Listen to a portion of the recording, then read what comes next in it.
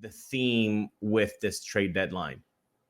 They're worse now in 2024, but now they've built themselves up so that 2025 and beyond, they're in a better they're in better footing than they would if they hadn't done anything.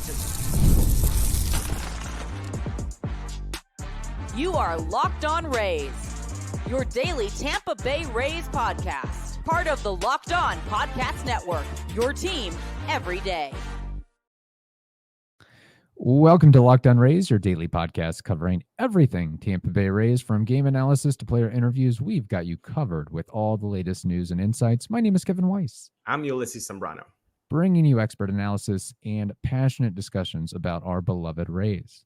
Whether you're a diehard fan who vividly remembers Longo's Game 162 just like us, or you remember the early Devil Ray days of Wade Boggs or Carl Crawford, we're here to break down every play, every trade, and every milestone. In fact, this is our 6th season covering the Rays daily. And every season they've gone to the playoffs. Probably not this year, but you never know. So in the meantime, grab your favorite Rays gear, settle in, subscribe to our Locked On Rays YouTube channel and other podcast platforms. You can also find us on X and Instagram at Locked On Rays. This episode is brought to you by PrizePicks, the easiest and most exciting way to play daily fantasy sports. Go to prizepicks.com/LockedOnMLB and use code all lowercase LockedOnMLB for a first deposit match up to $100. Do you think that's something that Stu does on his off day? Absolutely. He's probably not winning as much if he's selling millions and millions and millions of dollars worth of assets to other teams. But despite that, the Rays were still able to pull out a victory yesterday evening against the lowly Miami Marlins by a score of 93. And Ulises, we were there. We were at the game in person, and I was absolutely shocked in a good way by the crowd, the attendance for a Tuesday night game against the Marlins. That shocked me for multiple reasons. And then you add in what we attribute a fire sale. It's like, wow, people really still rock and rolled. And I guess they really wanted to see some Chris Morel and the new reliever from the Cubs or maybe just wanted to support Yandy Diaz for the last couple months he'll be in a Rays uniform.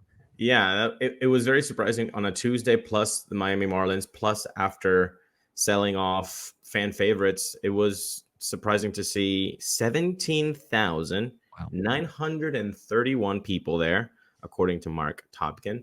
Shout out, Mark. It was a great ambiance at the Trop yesterday. It helps when you score almost 10 runs to create that atmosphere with people. But really, it was twofold, because I think there was a sense of not the same team when you look at the lineup. And then they responded. And now they've won 3 in a row, which hasn't happened, Kevin, since I think we were in college. I think that hasn't happened. Something like that. It has been some time. They've won many series this season, but pulling off a somewhat decent winning streak has eluded them. And that's part of the reason why they are in the position that they are right now. But who knows, maybe that they take this in stride and say, hey, we can win with whoever you give us, and we'll fight and charge and do the best we can. It's a lot easier when you're facing the Marlins at home. We'll see what happens when they face tougher competition. Maybe the Rays fans also came out in droves to see Jeffrey Springs, who didn't have the best season debut. I think we pretty much expected that it would be a case of it's going to take some time, if ever, for him to return to his noticeable fashion that we saw of previous years. So I don't think this is a situation where we should be totally concerned or alarming of, oh my gosh, Jeffrey Springs has turned into Ryan Yarbrough of yesteryear, or Josh Fleming of yesteryear. Let's give this guy some reps, some time, settle in. I wouldn't have huge expectations for this year, but look at 2025 as a opportunity to put the pieces together and build off that, as he went 3 2/3 innings, 6 hits, 2 earned runs, a walk, 3 strikeouts, and gave up that 2-run home run in the first inning. Did like to see that changeup of his against righties. He used that to notch a couple strikeouts, but it's going to take time for him to get into a groove, I think. Yeah, it's going to take a little bit of time. I think when we looked at the Shane Boss for Aaron Savale switcheroo in the rotation, I said immediately, like, we just got better. Like, we just got better. Even if Shane Boss is returning from Tommy John, like, it's going to be difficult, but I already like that. Like, what Savale was providing for you is going to be worse than a Shane Boss coming from injury. Now, this side, Springs replacing Zach Eflin. That is not an easy, oh, yeah, we got better. I don't think so. Not a plug and play. Immediately, we did not get better. Now, in 2025, I would expect Springs to have a better season than Zach Eflin just because of what we've seen from him in the past. But I think that actually is overall the theme with this trade deadline. They're worse now in 2024, but now they've built themselves up so that 2025 and beyond, they're in a better they're in better footing than they would if they hadn't done anything. It's just the fandom right now is kind of like hurt emotionally. Right. But look at it in the logistics side of things, and it should propel you for upcoming seasons and as quickly as 2025, which is great. Now 2024, I'm not a football guy here, but I'm going to throw some football knowledge at you, Kevin. Okay. Right now, the Rays are like third and long for the playoffs. Can it be done? Sure. You can Hail Mary that puppy and see if somebody's out there in the end zone to catch it. Sure. We've seen that. But what are the odds? The odds aren't good. That's how I'd like to put the playoff odds for the Rays right now. No, yeah, they're 3rd and 18 right now. That's kind of the situation that we're at. Yeah, I think they're definitely building up for 25, 26, 27. And then when the new ballpark opens in 2028, they want to make sure they have a good core and group to build around. And maybe those guys that are in low A, high A right now will be able to make an impact. But speaking on this game for just a moment longer, did like the fact that the Rays did some damage in the middle innings. I know that has been a problem for them this year. 5 runs in the 6th inning. So it is kind of remarkable that Morel, what was it, a solo home run that he hit? Yeah. So you still are able to patch together 9 runs with just 1 solo home run. So they were able to, hey, you got guys in a position to score. You've got to be able to drive them in. And that's what the Rays were able to do. So hopefully they keep that going forward. It seems like Morel, by the way, he hit it somewhere that Isaac had never touched. Yeah, left center. He is strong. He has bat speed. Dude. He has power. It's just about finding a way to get him, I think, more consistent in getting those balls to drop a little bit more. We had talked about it earlier this week. He's been BABIP to death. I think he's better than what his numbers are showing this year, and that's why everything that the Rays have said is we've been targeting this guy for years and years. We've tried to acquire him left and right. So it is good to see that. Look, not saying that Chris Morel is as good as Isaac, but Chris Morel has power legitimately, I think, to all fields, where Isaac was only going to, if he was going to hit a home run, it was going to be where it was going to be. And you could, if you have a pitcher on the mound that can control the strike zone, would be able to not give him cookies down the middle or inside where he could pull them. Right. But with Morel, yeah, you're not getting a good glove guy. You could have a third baseman, less than average, or a second baseman less than average. Apparently, he can also play right field.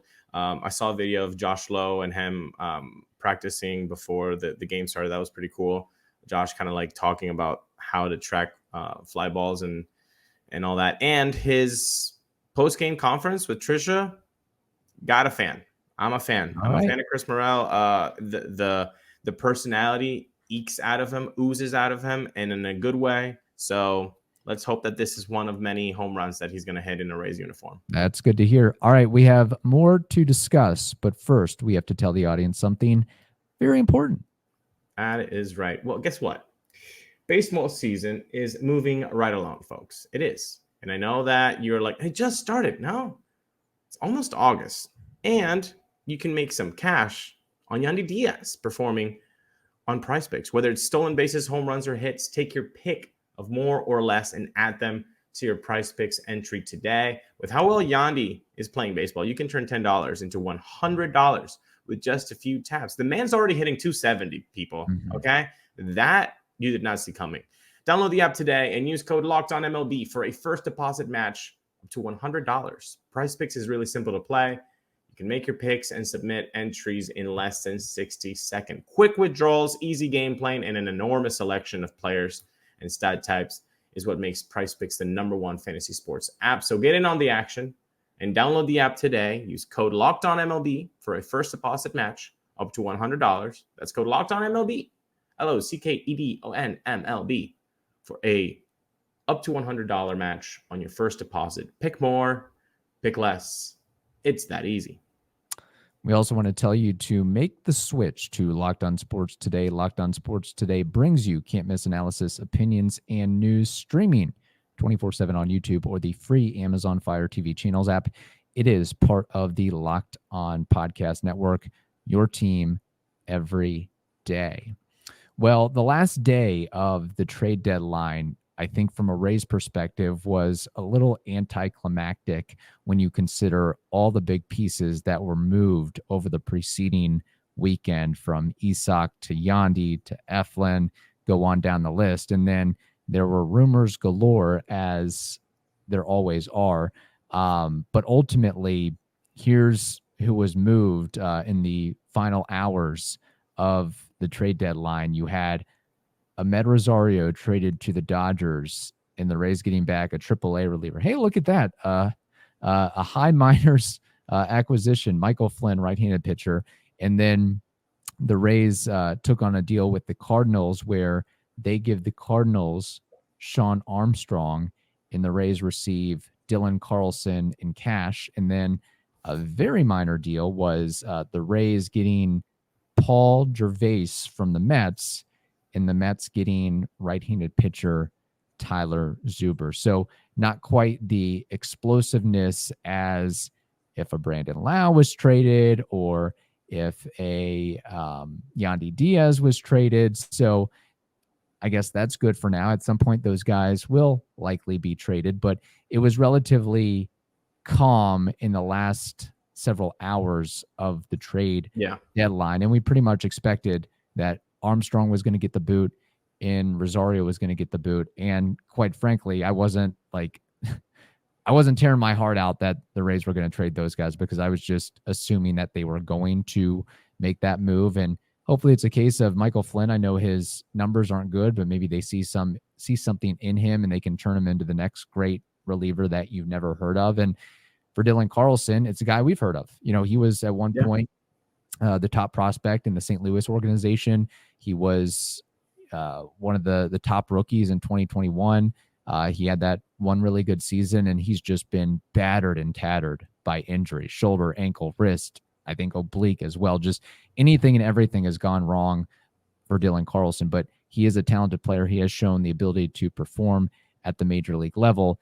And I think the Rays are just taking a lottery ticket as, hey, maybe he can get healthy for a partial season or a season and see what we can utilize with him. Similar to Travis d'Arnaud. I mean, Travis d'Arnaud was a guy that when he's on the field, he's impactful, but he previously couldn't stay healthy. And then he makes it rain with the Rays for a little bit. And we'll look at the position too, outfield, right? Like that is one of the lack of depth that you can see with the Rays right now is the outfield, especially like major league ready, like major league players that you can trust out there. And he can provide that. As far as, you know, Rosario and Armstrong leaving, yeah, we've talked about them endlessly as most likely to be gone. And Ahmed Rosario, dude, what a guy. I mean, he really fit in with their clubhouse. You never heard anything bad about him. On the contrary, everything was good. And, you know, with a 789 OPS against Southpaws, like 748 overall, 307 I mean, this guy, he did his job. He did exactly what he was asked to do. And if you look at Rays of the past of half a season or less, I think he's right up there with like Steve Pierce of like so much production Right. and yet just 3 months of wearing a Rays uniform. I don't know if you can remember another 3-month, 4-month Ray that were as impactful as these two guys. No, I think you're right on the mark there. And not to toot my own horn, but I said no matter how good of a season Rosario is having, he's not going to get a large haul. Yeah. And you get a AAA reliever out of that who has struggled, and you hope that the Rays can get something working out of him. So I'm not necessarily crying tears with Sean Armstrong in Amed Rosario. Certainly they would have helped the team this year, but we're pretty much, the Rays more or less have thrown in the towel over the last several weeks here. So we just got to ride the pine and go with them on that front. It's funny though. I guess we're starting to see what the Rays, who they are willing to deal with and who other teams that are willing to deal with the Rays, because we've seen a lot of moves over the last couple of years with the Dodgers, the Cardinals, and the Mariners. So I think maybe there's a little bit of old boys club of, hey, we don't mind trading with y'all. So and that's the other appreciative factor of, not to say Rosario or Armstrong would have made a huge impact on the Orioles or the Red Sox or the Yankees, but they're in another division. They're in completely separate atmospheres, basically. Well, I think if you look, the problem is that as a fandom, you see this on social media all the time. Holy fleece! Oh my God, we fleeced that guy. Oh, we got fleeced. Like the front offices are not trying to do that, because if they do that, guess what? Nobody's going to pick up the phone anymore. Have you heard the Pittsburgh Pirates picking up the phone when they see a 727 phone number? No, they don't. Mm-hmm. Yeah, they block that number. You usually want a win for both teams to win. I have this, you have this. Let's make a deal. Now, sometimes, most of the times, I would think they're not win-win. Most of the times are skewed to one team just because of injuries, performance, whatever, outside extracurricular activities that might happen. Right. It's really the minority where both are win-win situations. Now, with these three clubs that you mentioned, the Cardinals, the Dodgers, and the Mariners, I think also it takes into the fact of how open-minded those front offices are, of how they see baseball, how they evaluate players. And you can see that the Dodgers, the Mariners, the Cardinals, and the Rays are teams that might be on the same wavelength on how they view the art of trading, that they might not feel so ingrained into one way of thinking, and they would be open to having a conversation and ultimately making a deal. And because, I mean, remember that old Batman show with Adam West? Yes, I do. Okay, remember that red telephone okay. It seems like they have a red telephone from Seattle to St. Pete. Yeah. Because the amount of trades that have happened between these two front offices is unreal. Yeah, it really is. And the other thing too is it's not like the Moneyball era where you have one or two teams that are just fleecing everybody else. They know something that these other organizations don't know. Everybody now has the data and the Ivy League guys and guys moving from one organization to another and taking that inherent knowledge. Like how many front office folks in the Rays have left and dispersed to other organizations. So there's not necessarily, I think, a huge gap or a frontier as there used to be. So I think that's something to be considered and thought about as well, where, maybe a decade ago, the Rays and another team or two might be able to, pull a fast one on another team, but I feel like that's not necessarily happening as much. And, prospects are volatile. We have to just go back to the Blake Snell deal to look at that. So not even volatile, but like, you look at this Amed Rosario for Michael Flynn. Flynn has a quality. He can strike people out. Yeah. Okay, but can you harness that? And so when you call the Dodgers and they want a veteran infielder like Ahmed Rosario, you target that. You're like, we can work with that. We can fix that. We know how to get this guy into its ultimate position where he can succeed. Now, can the Dodgers do that as well? Yeah, they can. But if you keep that line open and say, you know what, we're willing to deal Michael Flynn, even though we really like him, his strikeout capabilities, here you go, you ask for him. But then that's a clear communication now that has established for years. Right. And that next year, when they need something on the off season, when they need something, that channel remains open. And also, this is a kind of a special hashtag Tony Blair quote. This is a special relationship. Yeah. You know, with the Dodgers and the Rays being so intimate, having that relationship for like almost 2 decades now. That is true. We have more to discuss, but first we have to tell the audience something very important, and that is this. Get supplies from the site that's made for the skilled trade, SupplyHouse.com. SupplyHouse.com is the reliable way to order plumbing, HVAC, and electrical products online.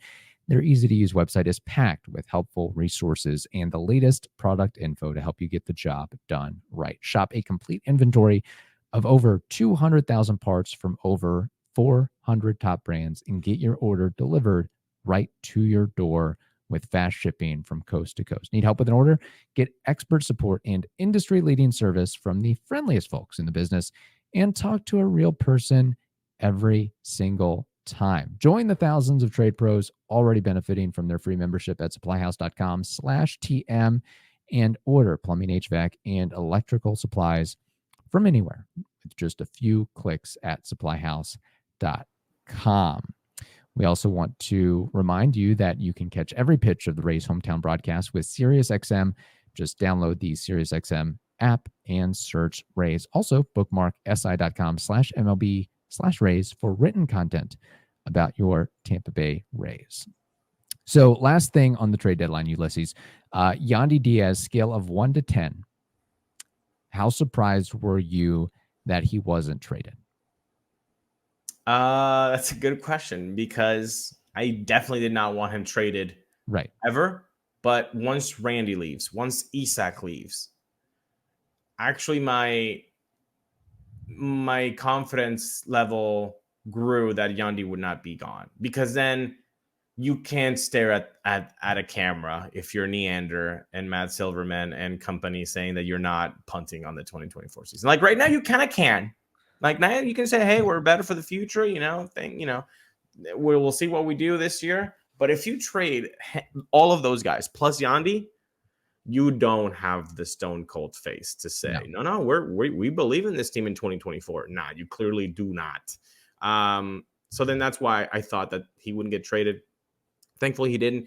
I feel like with Yandy, though, I know it's likely that he leaves in the offseason, but which to me is kind of crazy because you're talking about a guy on a 3-year, $24 million deal through 2025 with a team option in 2026. $8 million, give or take, for the production that he provides is crazy. I mean, I guess we could look at the WAR and say, oh, he's only worth 0.8 WAR this season, but he's as reliable of a bat that you're going to find, not just everything else he brings to the table. Look, we can talk pros and cons, but $8 million for what he does is a bargain. $6.5 million for Phil Maton isn't a bargain. So to me, it's an easy math. Like, you got to have some sort of payroll. I would rather them keep Yandy and trade Brandon Lau, like if we're going to have a tit and tat back and forth on that one. So yes, his days are probably numbered, but at least the Rays, in their defense, they stood strong of saying, we have a price for Yandy Diaz. We've given up enough payroll already. Look, we've saved a lot of money this year, next year, and into the future. We want 3 to 4 players in return. We want a legitimate haul. This is not for Yandy. Other guys might be a salary dump to some extent, but not Yandy Diaz. And that's why I think we saw, as the hours were ticking on and we eventually got to that 6 p.m. deadline, and you see this team's interested. Oh, this team's dropping out. They're not in the race anymore. It was like, okay, he might be staying for the rest of 2024. Not even a Hulk Heaven, though. It could have been just like, hey, we're not going to take anything less than this type of player from the Mariners or this type Yeah. of player from the Yankees or whatever it was. Like the quality of player that they were looking for. And good for them. Good for them because you don't have to sell. You don't have to. In fact, Yandy Diaz, even with the 8 to 10 mil, I know it was 8 million average, but I think it's like 10 mil next year. I don't know. You can correct me if I'm wrong. But like that is, you need, again, you need a veteran in the clubhouse.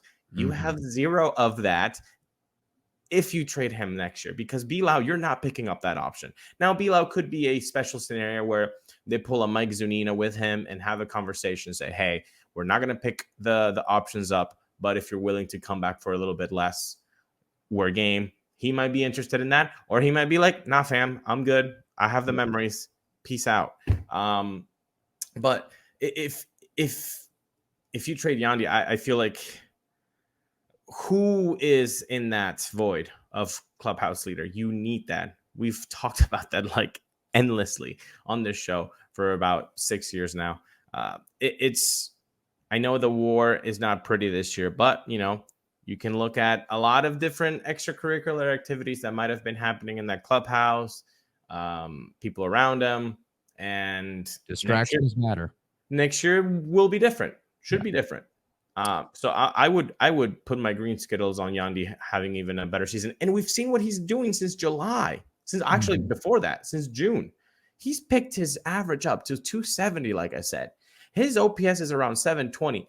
Don't be surprised that he actually might end up with a really good stat line for the year. Yeah. No, that's fair. And yeah, good point on the Brandon Lau option. I guess what they could do is they could pick up his option, then immediately trade him. That could be something that they consider as well, although that probably wouldn't go over with the agent and the reputation of the team and how they deal with players. So that's something to be considered. But yeah. Wait, by the way, now that you mentioned that, do you think Zach Eflin said that because of that? Said what? Zach Eflin said, they asked him, how was it pitching in Camden Yards for the first time? He's like, oh, yeah, the fans were really into it. A little bit different than in Tampa. Oh, yeah. I got that comment. So that was kind of an unnecessary shot. But unnecessary. And like, you're a hometown guy and you're going to pull this? By the way, first of all, you're a hometown kid. You're going to say this? Strike one. Hometown kid, and you say Tampa instead of St. Pete? Strike two. Right. By the way, you screwed up the pooch in the playoffs. You screwed up the pooch in the playoffs. Strike three. You're bleeping out of here, Eflin. I'll leave that for you to say. So just to recap here, since the beginning of July, the Rays dealt away 9 big league players: Savali, Maton, Randy, Eflin, Adam, Paredes, Rosario, Zuber, and Armstrong. In those trades, Tampa Bay received 12 prospects, 9 of whom are on the club's top 30 list now, according to MLB Pipeline. There's also the 2 players to be named later as well. So with all this in mind, grade the Rays trade deadline: A, B, C, D, F. I think B+. B+? B+. I would give it like an 87. All right. 88. Yeah. Still, again, too early to tell, but as far as the Rays' objective of clearing payroll, getting younger, building for the future, I would say B+, A-. As far as the fan base and deteriorating their hearts and the morale of the fan base, an F right now. F. D. Yeah. We have to have 2 different grades. Baseball logistics and how you are replenishing the farm system, and you have opportunities to get hopefully a couple of free agents next year that won't just make peanuts. Awesome. Great job there, folks. There are my thumbs. Other way of breaking your fandom's hearts and having something as cool as Randy Land only last a year and a half, a massive solid L combined with an F. Mm-hmm. Combined with maybe another letter, but I'm not going to say that one. Right. Yeah. Couldn't get, well, I guess Randy, he was in the stands, but just wait till Saturday to make that trade. I don't know. Right, bro? Come on. Let him play. Give us one more Randy. Actually, that was probably one of the coolest things I've seen a baseball player do. So that made up. So maybe we wouldn't have that if that happened. That's true. Probably not. So anyway, yeah, put your thoughts in the YouTube comments there. Hope you all enjoyed. We'll be back Thursday and Friday. In the meantime, that will wrap up this edition of Locked On Rays. Thanks as always for making us your first listen every day. Every day is coming up on the next Locked On Rays podcast. We plan to have a guest or two, so stay tuned for that. That is all we'll say.